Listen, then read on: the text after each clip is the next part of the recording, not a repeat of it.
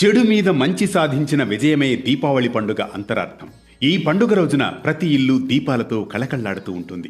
అమావాస్య చీకటిని పారద్రోలే వెలుగుల వేడుకైన దీపావళి గురించి కొన్ని విషయాలు ఇప్పుడు తెలుసుకుందాం.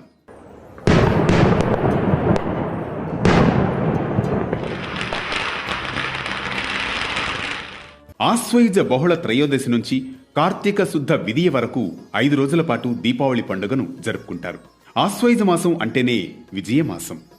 అధర్మం మీద ధర్మం విజయకేతనం ఎగురవేసే మాసం ఇది. ఈ నెల శరన్నవరాత్రులతో ప్రారంభమవుతుంది. ఈ మాసంలోని తొలి 10 రోజులు జగజ్జనని నర్తించి మహిషాసుర సంహారం చేస్తే, మాసాంతంలో చతుర్దశి నాడు సత్యభామ సమేత శ్రీకృష్ణుడు నరకాసుర సంహారం చేసి విజయ దుందుభి మోగిస్తాడు. 2 రాక్షసుల సంహారంతో సర్వలోకాలు ఆనంద దీపాలు వెలిగించిన రోజీది. అంతేకాదు, రావణ సంహారానంతరం శ్రీరాముడు సతీ సమేతుడై దీపావళి నాడే అయోధ్యకు తిరిగి వచ్చాడు. ఈ సందర్భంగా అయోధ్య నగర ప్రజలందరూ దీపాల వరుసలతో సీతారాములకు స్వాగతం పలికారు. పంచపాండవులు అజ్ఞాతవాసం ముగించి హస్తినకు తిరిగి వచ్చింది కూడా ఈ దీపావళి రోజునే. వామనుడు బలిచక్రవర్తిని పాతాళానికి పంపించింది కూడా ఈ దీపావళి రోజునే. బలిచక్రవర్తి ఏడాదికి ఒక్కసారి, అంటే దీపావళి రోజున భూమి మీదకు వచ్చి తన ప్రజలను తనివితీరా చూసుకుంటాడని నమ్మకం. అందుకే కేరళీయులు ఈ పండుగను బలి అమావాస్యగా జరుపుకుంటారు. ఇవన్నీ దాదాపు అందరికీ తెలిసిన కథలే. అయితే దీపావళి పండుగ రోజున శ్రీ మహాలక్ష్మి దేవిని పూజించడం వెనుక కూడా ఓ కథ ఉంది. ఒకసారి దూర్వాస మహర్షి ఇంద్రుడి వద్దకు వెళ్ళాడు. ఇంద్రుడు దూర్వాస మహర్షిని గౌరవించి అతిథి మర్యాదలు చేశాడు. ఆ ఆతిథ్యానికి మెచ్చిన దూర్వాస మహర్షి తన తపశ్శక్తితో ఒక హారాన్ని సృష్టించి దాన్ని ఇంద్రుడికి బహుమతిగా ఇస్తాడు.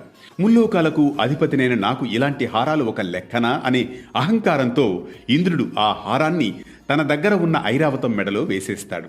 ఆ ఐరావతం తన తొండంతో హారాన్ని లాగి కాలి కింద వేసుకుని తొక్కేస్తుంది.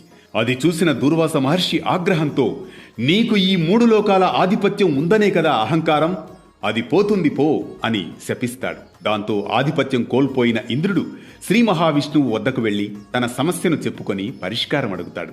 అప్పుడు శ్రీ మహావిష్ణువు ఒక జ్యోతిని వెలిగించి దాన్ని శ్రీ మహాలక్ష్మి స్వరూపంగా తలచి పూజించమని సూచిస్తాడు. ఈ సూచనల ప్రకారం అమ్మవారిని ఆరాధిస్తాడు ఇంద్రుడు. దాంతో శ్రీ మహాలక్ష్మీదేవి సంతోషించి ఇంద్రుడికి 3 లోకాల ఆధిపత్యాన్ని తిరిగి వచ్చేలా చేస్తుంది. అప్పుడు ఇంద్రుడు శ్రీ మహాలక్ష్మిని, తల్లి, నువ్వు కేవలం శ్రీహరి వద్దనే ఉండడం న్యాయమా? నీ భక్తులను కరుణించవా అని ప్రశ్నించాడు. నన్ను త్రికరణ శుద్ధిగా ఆరాధించే భక్తులకు వారి వారి అభీష్టాలకు అనుగుణంగా విజయాన్ని కోరేవారికి విజయలక్ష్మిగా, విద్యార్థులకు విద్యాలక్ష్మిగా, ఐశ్వర్యాన్ని కోరి ఆరాధించే వారికి ధనలక్ష్మిగా, కోరికలు నెరవేర్చే వరలక్ష్మీదేవిగా